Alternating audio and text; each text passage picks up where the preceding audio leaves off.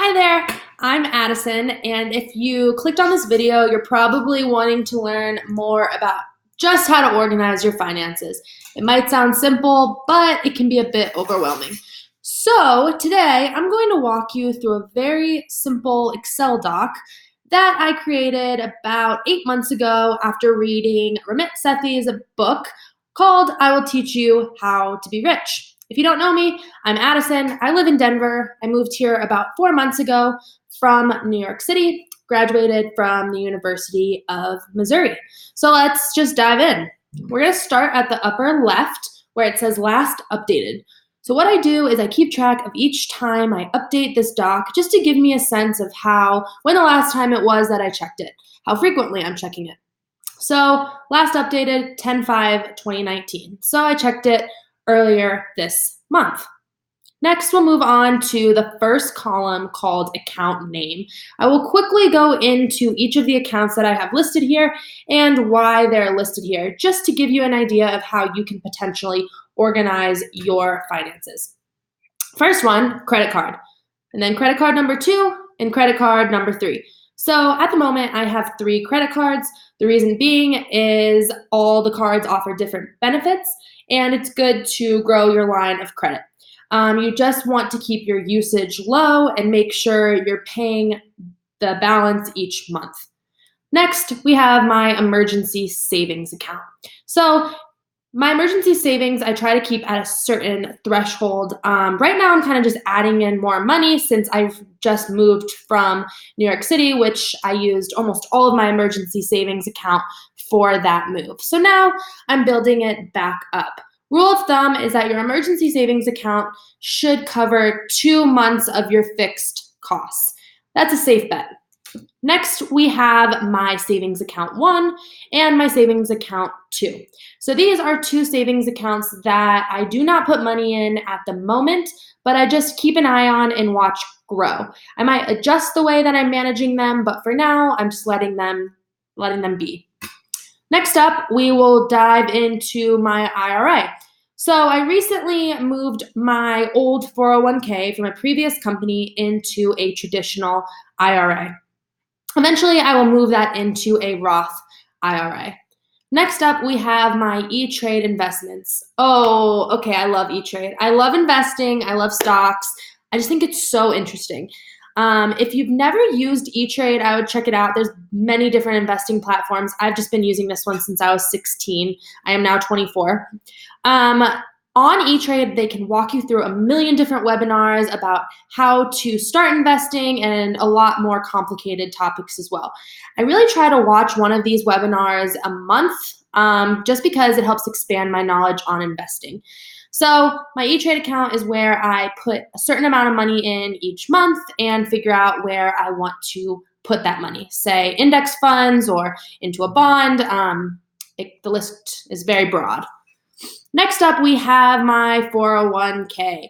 So my 401k, I currently contribute 8% since 8/21/2019. And that is the date that I began contributing my 401k after starting my new job.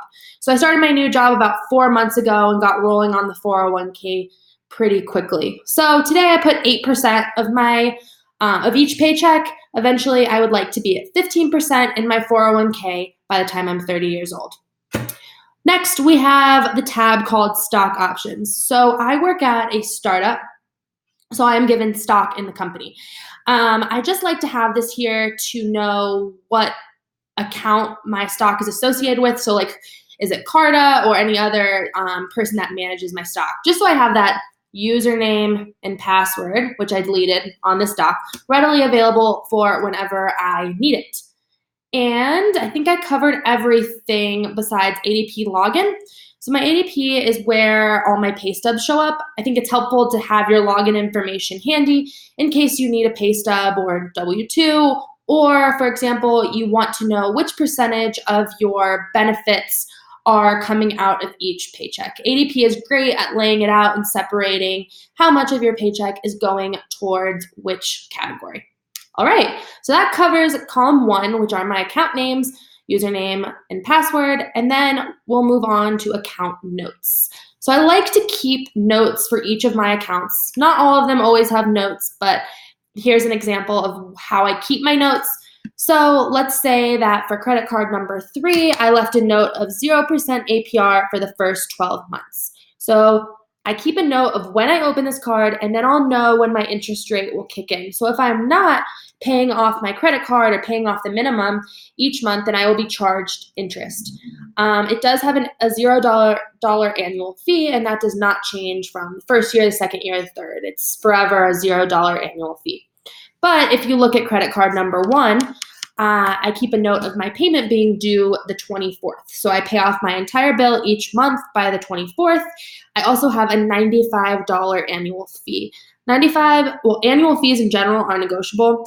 If you're paying off all of your payments each month and just being a good credit card holder, then these are oftentimes negotiable, but that's a longer conversation. All right. Now we're moving into this right side. So you'll see my different account names and then different dates on the top. So what I do is I go in here whenever I'm feeling like it, or every month, or maybe once every 3 months, and total up how much are in each of my accounts. This allows me to see if I need to make any adjustments with my investing, or maybe if it would be a good idea to move the money into a different account. So say I wanted to move my savings to, take a percentage of that and move it into my E-Trade. This allows me to see what would be the best move based on what the market's doing and what I'm doing with my own personal investments. So this just gives a quick snapshot of how my money is doing and if I need to make any tweaks. Next, we'll move on to this gray box. This is where I separate how much my income is, so what my annual salary, and then what my annual bonus is. I then separate that income into my total gross pay, how much my benefits are costing me, and then my taxes, and then how much is being put into retirement. When you look at annual bonus right here, I do not factor that into my 4 buckets, which we'll talk about in a minute right below this. I don't factor that into how much I spend per month. The reason being is sometimes bonuses can be more variable, and you don't usually get paid bonuses, the same exact bonus every single month. So I use that as extra money that I factor into my buckets when I get it. So when we move down here onto my 4 buckets, this talks about the money that I take from each paycheck and separate it so I can get the total amount I can spend each month. So if you look at the first column, it says fixed costs, E-Trade, savings, IRA, and then extra money. So what I do is when I have each paycheck, I move the money into those fixed costs, E-Trade, savings, and IRA. So there's 4 places where I move my money first. And then I know how much money I have left over for that month. It usually will be very consistent because, as you can see, there's these different percentages to the right. But if you have more credit card debt one month, your extra should change. The other buckets should not change. Maybe once in a while if you have a big emergency. But the only bucket that should vary would be your extra bucket. So when I talk about fixed costs usually make up around 50 to 60% of your monthly income. Over to the left, I provide a graph that shows you what my monthly fixed costs are. I write down rent, internet, electric, and dog. I write the price of each and how much it costs me each month, and then I total it up, and that gives me, oh no, just kidding.